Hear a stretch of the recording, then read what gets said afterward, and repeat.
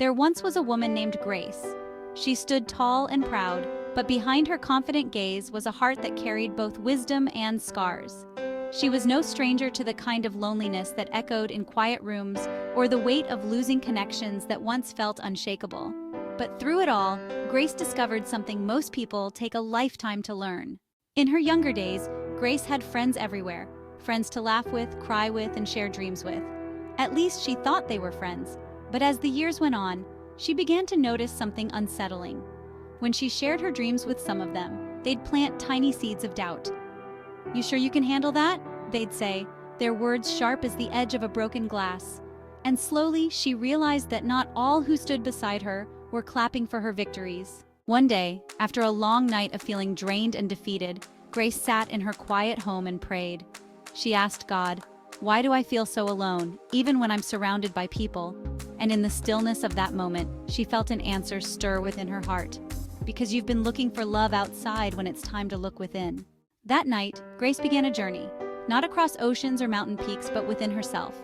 She started to ask the big questions. What do I love about myself? What do I want in this life?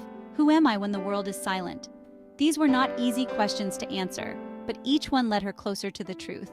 Grace started spending more time in her own company. At first it felt strange, like walking into an empty theater. But over time, she began to find beauty in it. She'd take herself out to a cafe, ordering her favorite drink and sitting by the window, watching the world go by. She'd go to the park with a book, laughing softly at the pages as children played nearby. She even took herself on a weekend getaway to the beach, where she stood before the vast ocean, realizing how small her worries truly were. But her journey wasn't just about solitude. Grace also learned how to set boundaries. Big, strong, beautiful ones. She remembered the times she'd been dragged into drama that wasn't hers, times she'd stayed quiet when her heart screamed to speak up. No more. Grace learned to say no to the things that drained her spirit and yes to the things that filled her soul. It wasn't easy.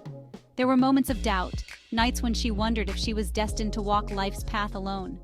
But then, something remarkable began to happen. As Grace grew stronger in her identity, as she honored her own needs and dreams, the right people started to appear in her life.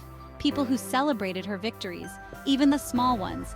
People who spoke life into her dreams and didn't clip her wings. One day, her close friend Maya, a woman who radiated warmth and truth, said something Grace would never forget. "You know why you're glowing these days?" Maya asked. "It's because you learned to love yourself first. Now the world sees you shining too." Grace smiled. It wasn't the kind of smile that masked pain, but the kind that grew from a place of peace. She had learned that friendships, like gardens, thrive when tended with care, but wilt under weeds of doubt and jealousy. And though not everyone who started the journey with her was still there, the ones who remained were worth every lesson she had learned. If there's one thing Grace knew now, it was this. True friendship, whether with others or with yourself, is built on love, honesty, and patience. And even when life feels lonely, that loneliness is an invitation, a call to reconnect with the parts of you that are waiting to bloom. As Grace stood in her backyard one crisp morning, watching the sun rise over the horizon, she whispered a prayer of gratitude for every friend who had stayed, for every lesson she had learned, and for the gift of learning to be her own best friend. And in that moment, she knew she wasn't alone. Not anymore. Life has a way of teaching us the hardest lessons in the gentlest ways. Grace's story is a reminder that even in loneliness there is growth. Even in loss, there is love waiting to be rediscovered. May we all learn to honor our journey, set boundaries with courage, and cherish the friends, new and old, who remind us that we are never truly alone.